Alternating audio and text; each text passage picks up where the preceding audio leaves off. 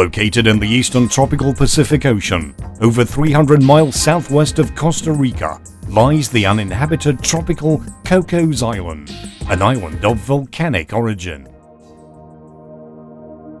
The mountainous landscape, a lush rainforest, and the tropical climate with a large annual rainfall which creates over 200 waterfalls throughout the island, of which many of them fall from high above directly into the Pacific Ocean, defines Cocos Island. From the 16th to the 18th century, pirates used Cocos Island as a perfect hideout with plenty of fresh water, and even set pigs, goats and deer free on the island to provide them with fresh meat whenever needed. That's when Cocos Island became the famous Treasure Island, due to unconfirmed stories of hidden pirate treasures on the island.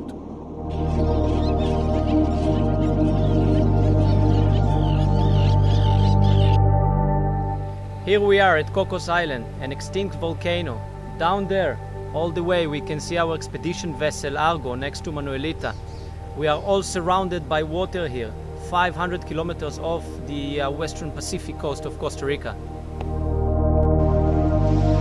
After Jacques Cousteau discovered Cocos Island and its wonderful underwater marine life, he pronounced Cocos the most beautiful island in the world. Today, only expedition and dive ships, such as the Argo, have permission to anchor at this spectacular island.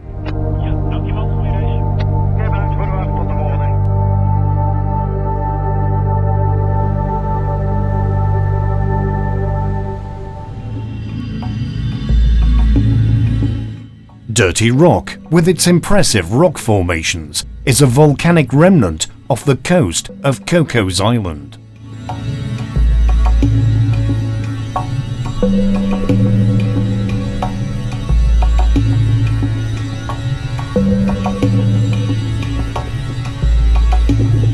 Many species of fish gather around Dirty Rock.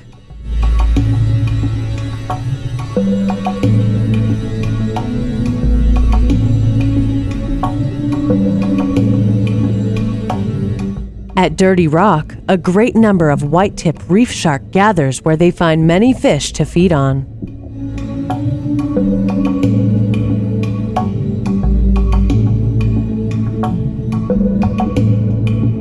Jackfish swim in very large schools to make it more difficult for predators to hunt them.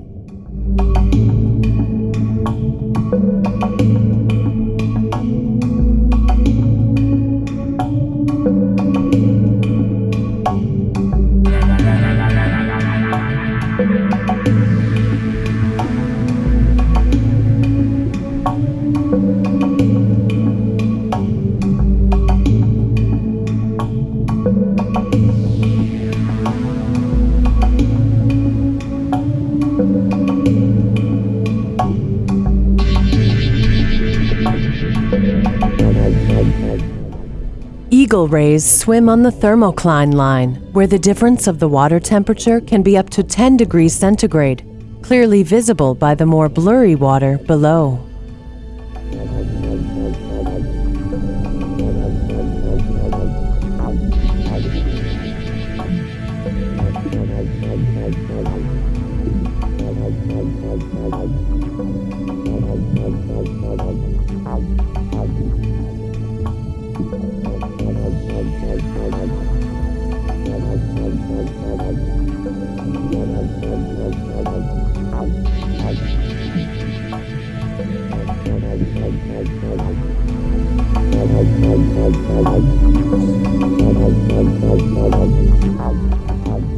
One of the best encounters I ever got is the big eye jacks encounter.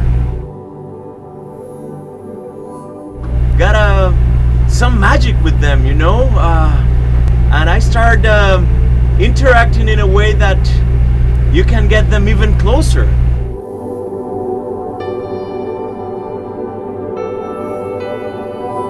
You know, there's different techniques.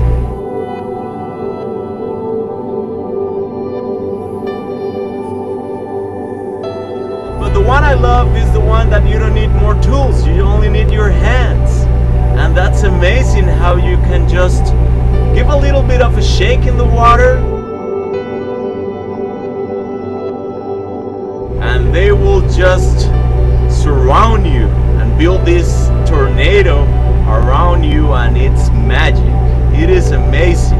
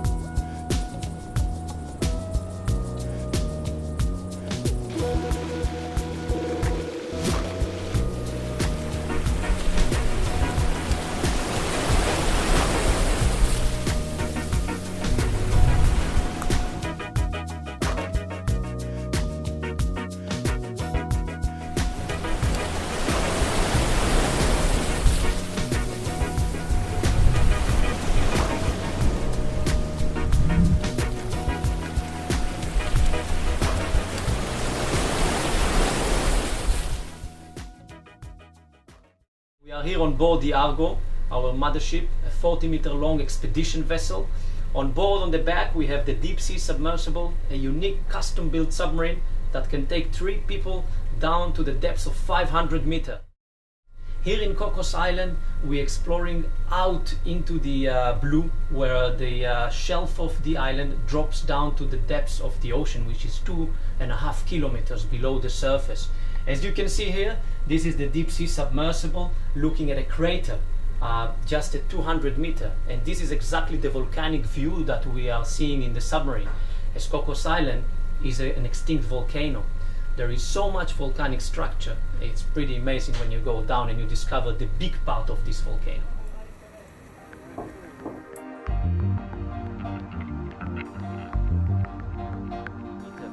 This unique submarine used to be available only for military and science. Here in Cocos, we made it open to almost everybody. If we are not busy in an expedition with National Geographic or Discovery Channel, we make it available for any recreational diver to choose and come and dive with us.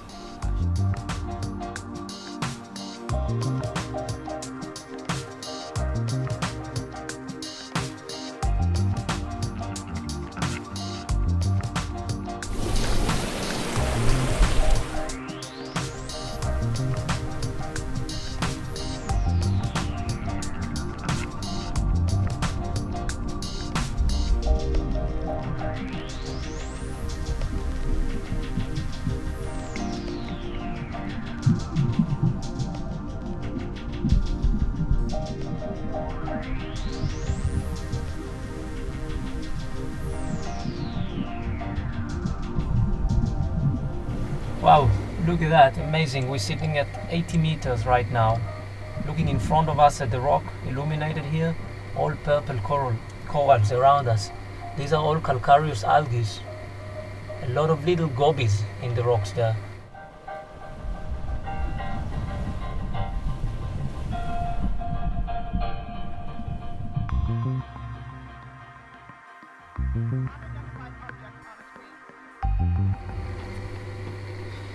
If you look ahead, on top of the rock, here are the amberjacks are coming back. There's hundreds of fish around us here. We're all surrounded. Wow, look at that. I assume that each one of them is a meter long. Here comes a yellowfin tuna. That's what scared the fish before.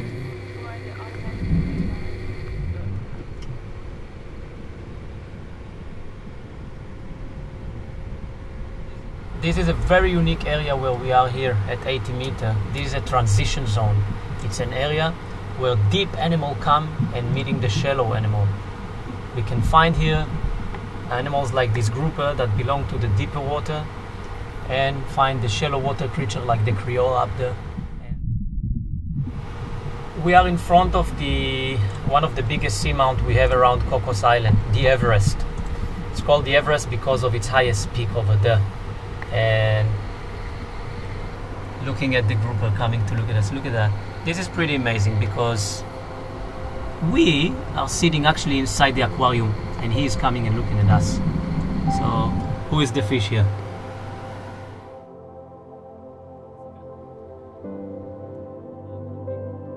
Right. Here we are at the top of the Everest. We are at 47 meters. We are probably facing here 1.5 knot of current. Look at all the fish around us, how they are standing straight and still, working very hard to keep position, whereas we are just in the sweet spot, hidden from the current here.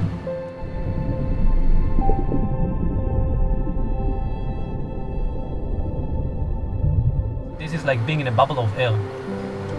We have a full life support here. We're replenishing the oxygen that we are using, and we are scrubbing out the CO2 that we produce.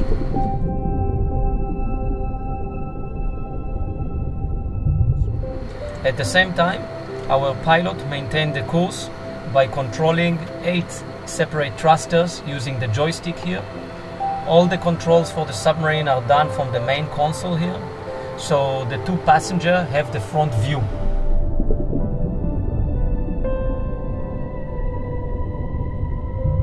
Normally, this type of submarine are reserved for military and research and science. Here, in our case, we make it available for normal diver, people like you and me. This is the only place in the world today where you can come down and sit and go down to see things you have never had a chance to do before.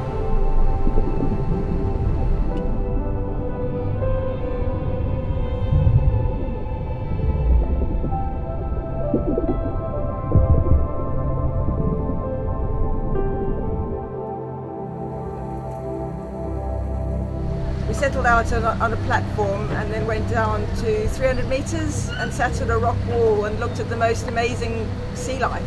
Initially it didn't look like there was very much there, and then when you look closely there was just life absolutely everywhere. Fish I've never seen before, tiny little scorpion fish, lizard fish, some huge groupers. A hammerhead passed over our head at 150 meters. It was unbelievable. Gelatinous fish, a little blind fish whose name I can't remember. It was just amazing. I've just been on the marine equivalent of a spacecraft, and it was fantastic. I felt like I was landing on the moon for the first time. We actually did land at 200 meters underwater. It was stunning. The best trip ever. Do it if you can.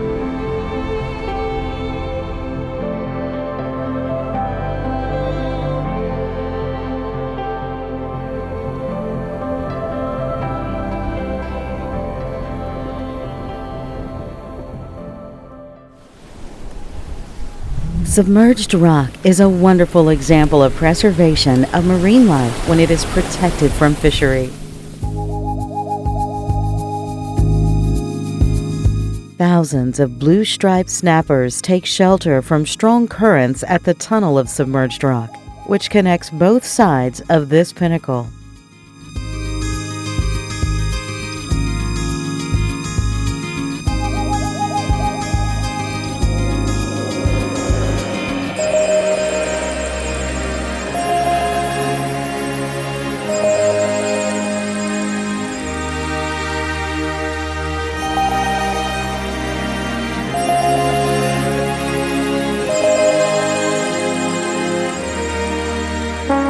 Strong ocean currents converge at Cocos Island, and these currents wash large amounts of nutrients to the island and its pinnacles, which make it possible for a great amount of marine life to exist here.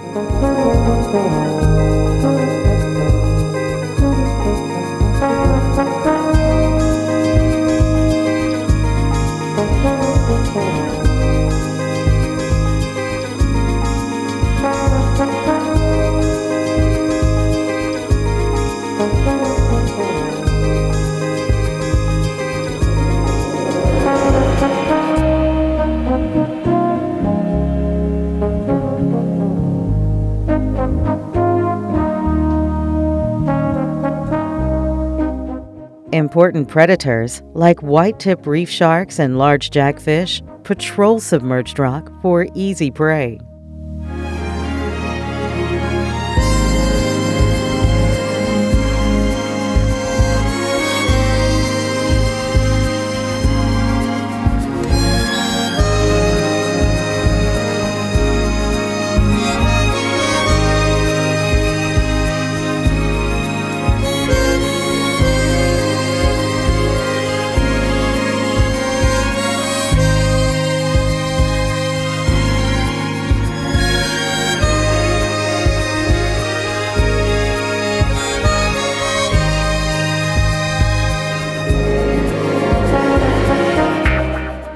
Submerged rock also serves as a nursery for white-tip reef sharks, where always pregnant females and baby sharks can be seen.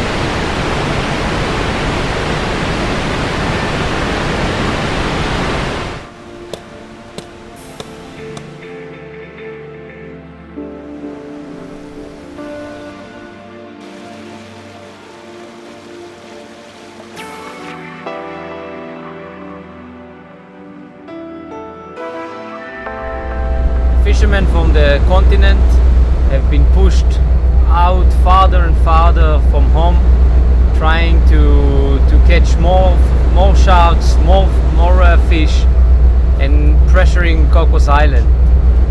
Normally when we are in the reserve, we don't see them because they are sitting around the periphery of the island, around 12 miles out, and they are waiting for the opportunity to come in. During the night, they set up the long lines. These are very long lines, up to 20 kilometers of line with baited hooks every few meters. They will set them up and they will let them drift into the reserve. When nobody knows, because nobody sees them, the line will drift through the reserve area and they will pick it up on the other end. That way they get access to the primary target, sharks, tuna, billfish, and all that happening under our nose.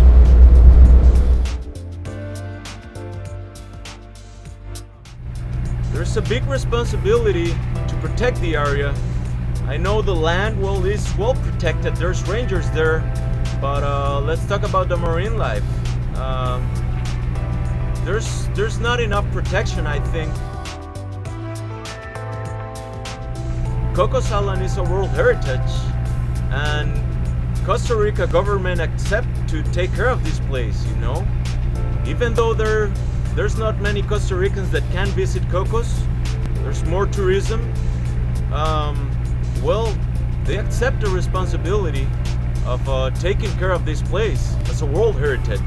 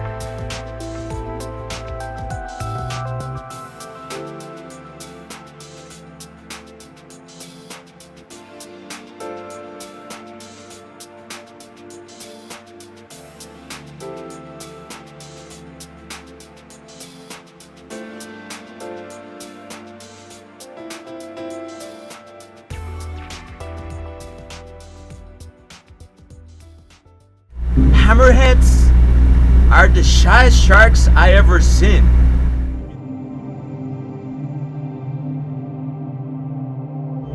There's a technique we use so we can enjoy this activity without disturbing.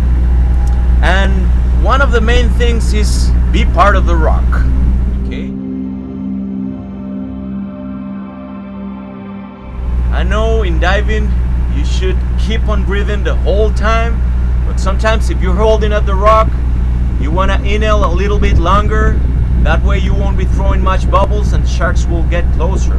Once the sharks are getting cleaned, they go kind of like in a trance mode. So that's the way they won't even care much about your presence.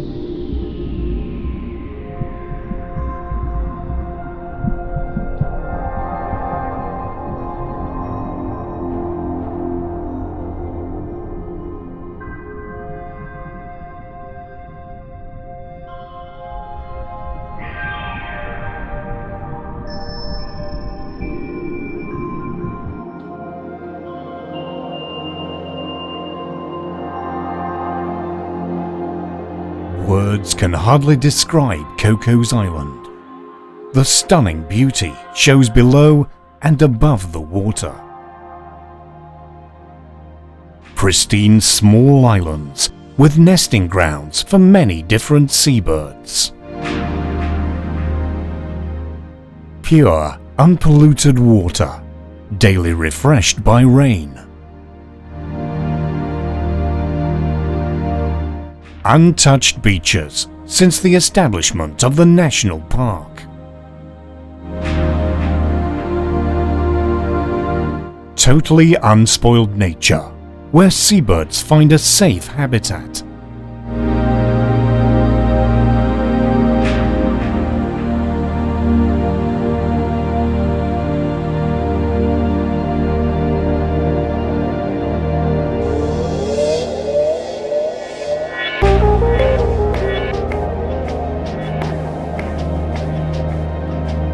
Lush green, from the beaches up to the mountains. Ja, ich bin jetzt mal das zweite Mal auf Cocos. Das erste Mal 2013 im Oktober. Da hatten wir natürlich einen super Trip. Alles war da. Über Hammerhai, Galapagos, was immer man wünscht. Haben wir jetzt auch. Aber ich denke doch, dass Mai vielleicht nicht die idealste Zeit ist, um hier Hammerhaie zu sehen. Kann es nicht sein, dass es dezimiert ist? Auch darauf ist es sicherlich zurückzuführen, da ja der Regierungschef von Costa Rica jetzt einiges, was Jagd auf Haie betrifft, freigegeben hat. Was ich sehr traurig finde. Andererseits bewerben sie Nationalpark und kehren ihren Naturschutz heraus. Auf der anderen Seite passieren solche schrecklichen Dinge. Kann ich nicht nachvollziehen.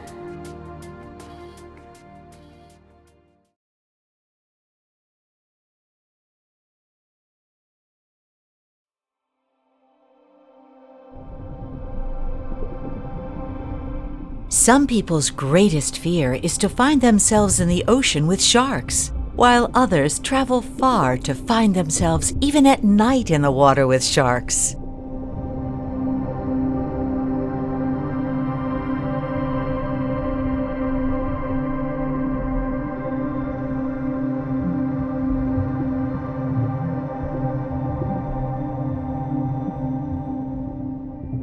One of the most epic experiences one can get at Cocos Island is a night dive with hunting white-tip reef sharks. Large numbers of white-tip reef sharks and large jackfish follow the light beam of divers' flashlights that hunt for fish.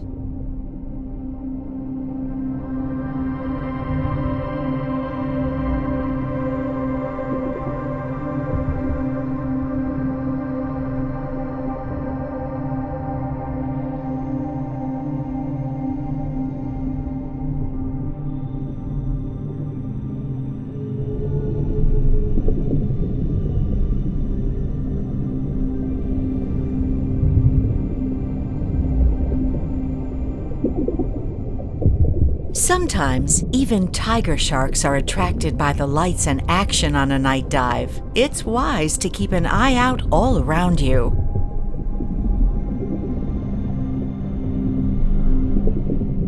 Once the sharks detect a fish by smell or movement, they're determined to catch it. and they all shoot to the coral block where a shark has found the prey to get their share.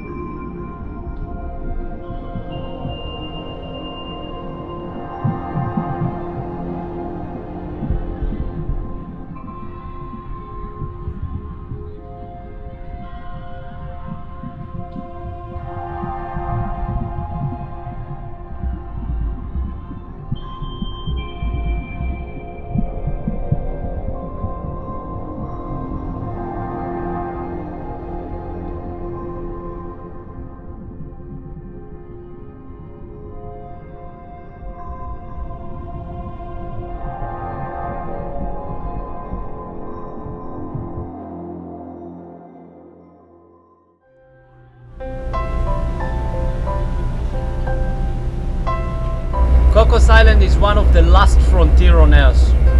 It's far, it's isolated, it's hard to get there. And that's why we are lucky. That's why this place is still pristine. Probably one of the highest biomass of creatures to find in the ocean. And I think it's a treasure. We all need to know that it is under threat. It's not only beauty, it's also under constant pressure of illegal fishing.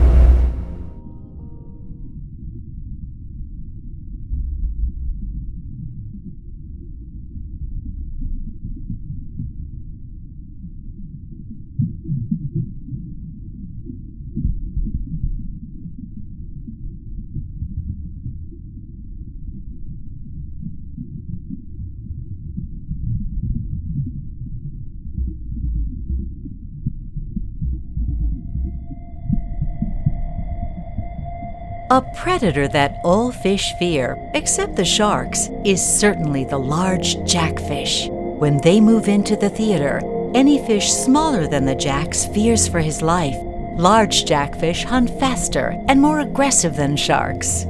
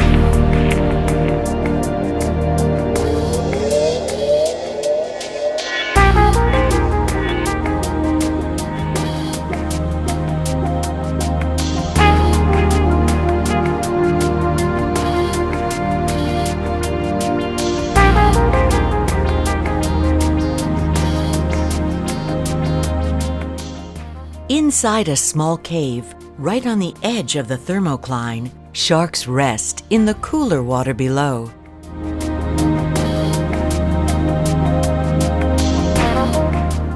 Disturbed by the diver's light, the sharks swim in circles in the cave, but hesitate to leave the cooler water they are in.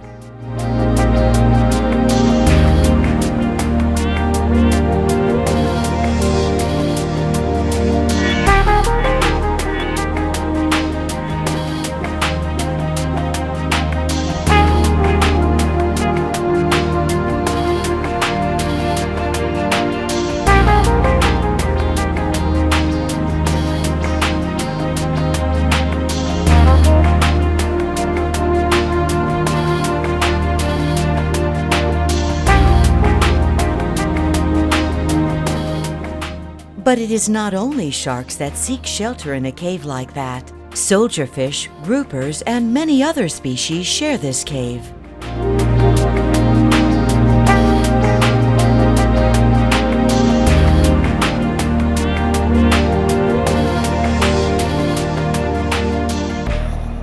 Cocos Island is definitely one of the last frontiers for marine life, which must be protected from fishery, so future generations will be able to see what was once living in our oceans.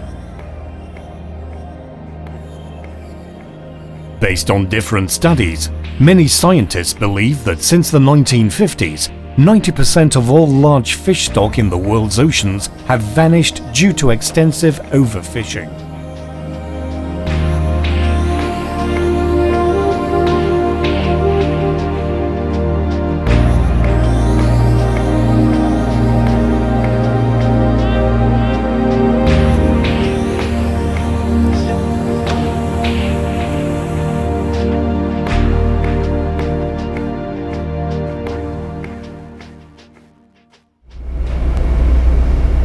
Cocos Island is the famous treasure island from the stories, and there have been many expeditions over the years looking for that biggest treasure of Lima that's been hidden on the coast of Cocos.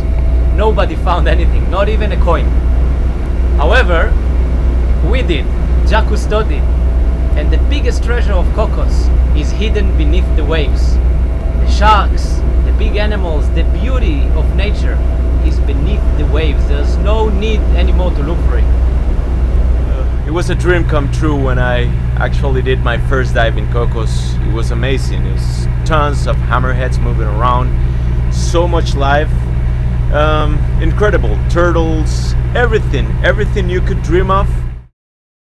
There is no fast solution here, but it's very important to understand that the future of this place is in the hands of the Costa Rican people. They need to decide that they want to protect it. From the government to the fishery, everybody needs to unite and shake hands in order to bring peace to this place. Otherwise, we don't see a good ending for it.